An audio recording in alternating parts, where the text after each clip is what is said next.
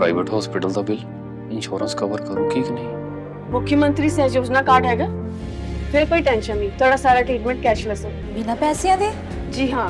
ਹਰੇਕ ਨਾਗਰਿਕ ਜਿਹੜਾ ਹੈ ਉਹ ਮੁੱਖ ਮੰਤਰੀ ਸਿਹਤ ਕਾਰਡ ਜਦੋਂ ਬਣ ਗਿਆ ਤਾਂ ਉਹ 10 ਲੱਖ ਰੁਪਏ ਦਾ ਮੁਫਤ ਤੇ ਕੈਸ਼ਲੈਸ ਜਿਹੜਾ ਇਲਾਜ ਕਰਾਉਣ ਦੇ काबिल भी होगा, एलिजिबल भी होगा। पंजाब सरकार लेकर आई है दुनिया की पहली सेहत योजना। अब पैसे के कारण पंजाब का कोई भी नागरिक बढ़िया इलाज से वंचित नहीं रहेगा। सेहत का हक सबके लिए।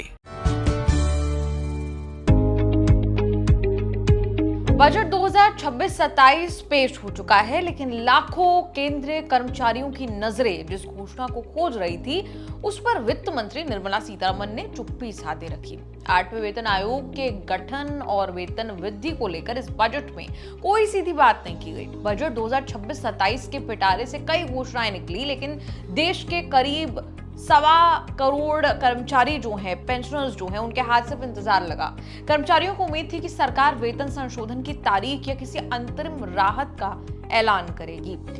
बजट 2026 में 8वें वेतन आयोग पर सरकार की चुप्पी ने चिंगारी सुलगा दी है। करीब 1.25 करोड़ केंद्रीय कर्मचारी और पेंशन भोगी अब शांत बैठने वाले नहीं हैं। 8वें वेतन आयोग पर सरकार की चुप्पी ने अब एक बड़े आंदोलन की शक्ल ले ली है।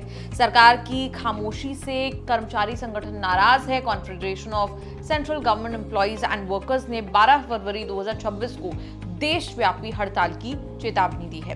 Confederation of central government employees ने सीधे कैबिनेट सचिव को नोटिस भेज दिया है।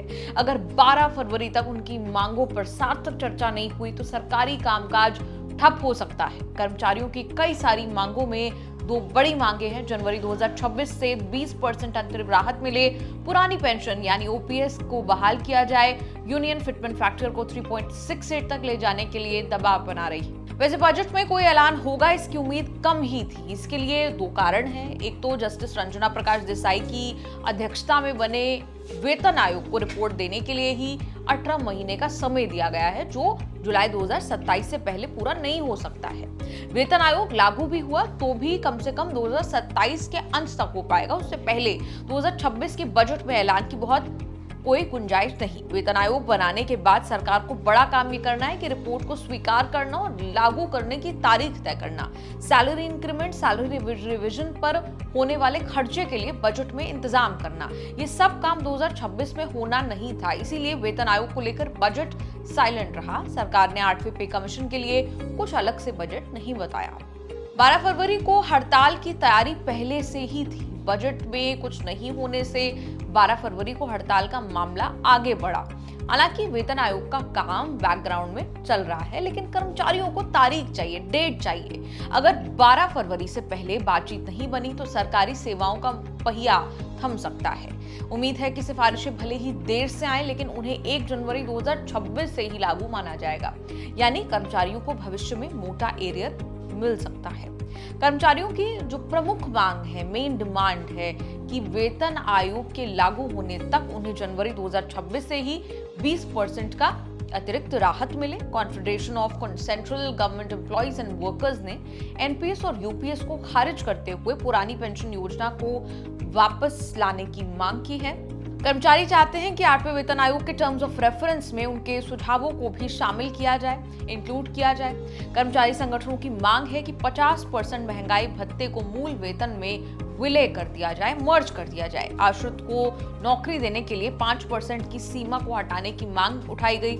महामारी के दौरान रोके गए 18 महीने के डीए-डीआर एरियर का तुरंत भुगतान करना, सभी विभागों में रिक्त पड़े पदों को तुरंत भरना और सरकारी सेवाओं के निजीकरण और आउटसोर्सिंग पर रोक लगाना, न्यूनतम वेतन 26,000 करने जैसी 12 अन्य मांगे भी शामिल है।